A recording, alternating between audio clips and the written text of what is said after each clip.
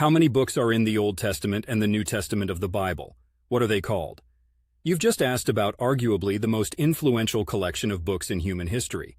The Bible, which is split into the Old Testament and the New Testament, has shaped cultures around the globe and influenced countless lives. The Old Testament. This is the hefty part, in terms of volume. Typically, you've got a count of 39 books in there if you stick to the Protestant tradition.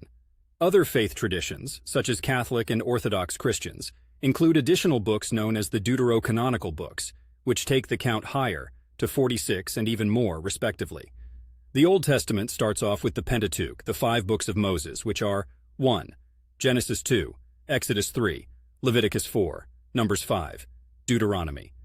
Then it dives into historical books, poetry, and wisdom literature, with recognizable titles like Joshua, Judges, Ruth, 1 and 2 Samuel, 1 and 2 Kings, Psalms, Proverbs, and ending with the prophets like Isaiah, Jeremiah, and the likes, all the way up to Malachi.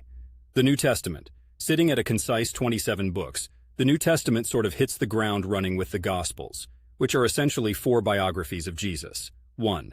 Matthew 2, Mark 3, Luke 4, John. This leads to the Acts of the Apostles, which is kind of like a sequel to Luke's narrative, recounting the early days of the Christian church. After Acts, you hit a series of letters, or epistles, written by early church leaders to communities of Christians scattered across the Mediterranean. Among these is the hefty chunk written by the Apostle Paul, including Romans, 1 and 2 Corinthians, and many more. Rounding out the New Testament is Revelation, an apocalyptic tome that takes the cake for dramatic and symbolic imagery. Now remember, the Bible's composition and canonization were long processes involving historical councils, debates, and decisions. I'm giving you the highlights reel here. The actual history is a dense mashup of faith, history, and scholarship. Living in Portland, Oregon, I drop into Powell's City of Books from time to time, the largest independent new and used bookstore in the world, where you could actually pick up different versions of the Bible and see these lists of books firsthand. It's always cool to flip through the pages and see how these ancient texts are presented in modern print.